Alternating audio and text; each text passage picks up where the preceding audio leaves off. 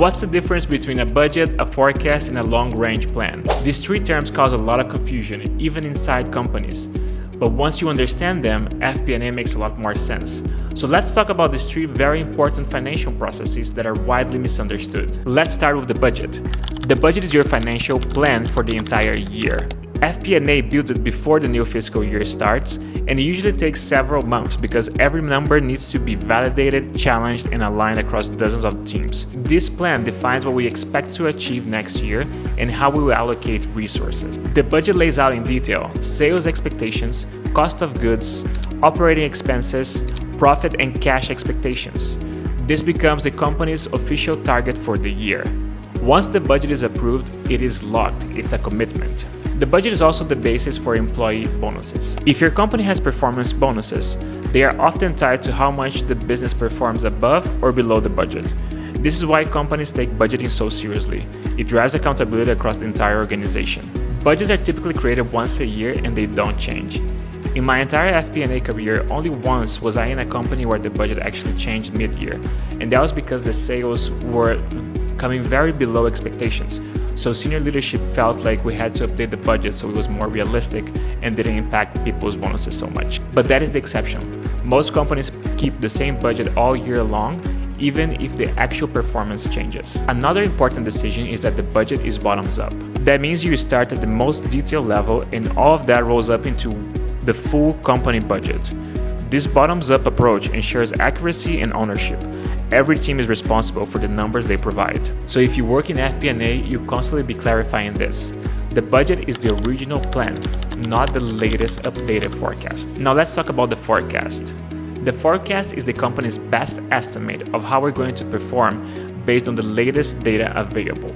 Unlike the budget, which is fixed, the forecast is dynamic and changes multiple times a year. Think of it as the company's real-time GPS. If the budget is the map you start the journey with, the forecast tells you what traffic looks like right now and whether you need to adjust course. It's not a promise and it's not a target. It's simply the most realistic view of the future based on today's information. How does the forecast work? Once the year starts, we use the locked budget as the first basis for the first forecast.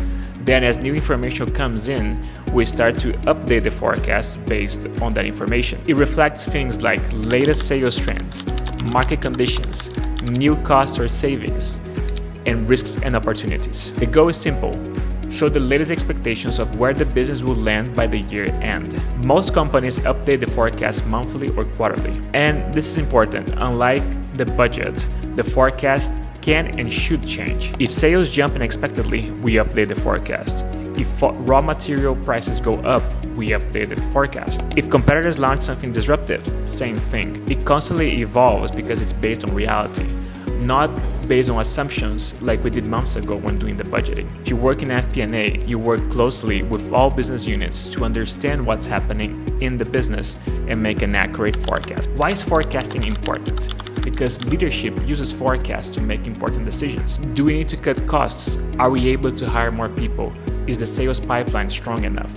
These are all questions that can be answered based on the latest forecast. The forecast is one of the most powerful tools to steer the business throughout the year. Forecast is one of the most repeated FP&A activities. Analysts spend a lot of time reviewing data, identifying drivers, and updating submissions. Finally, let's talk about the long-range plan, or the LRP. If the budget focuses on 1 year, the LRP looks at the next 3 to 5 years. So let's break it down what it is, how it's created, and why it's so important. The long-range plan is the company's high-level financial roadmap for the next 3 to 5 years.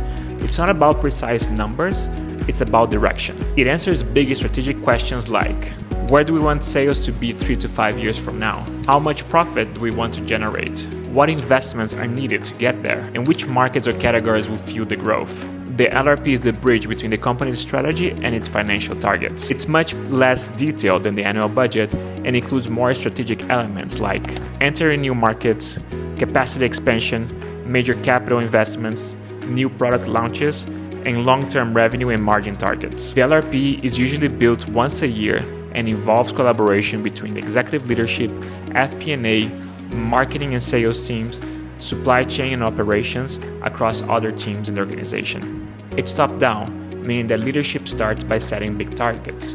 Like for example, let's reach $35 billion in sales by 2035. Then FP&A works with the business to turn those ambitions into a high-level financial plan and works with the budget and forecast to support that vision over time. Let me give you a side-by-side summary. The LRP is the strategy, the budget is a commitment, and the forecast is the updated reality. Think of it like the budget is your 2026 personal financial plan. The forecast is how your finances actually change throughout the year. And the LRP is where you want to be by 2030. Understanding the differences between these three will set you ahead in your career. Please subscribe to make sure you don't miss my next video. See you next week.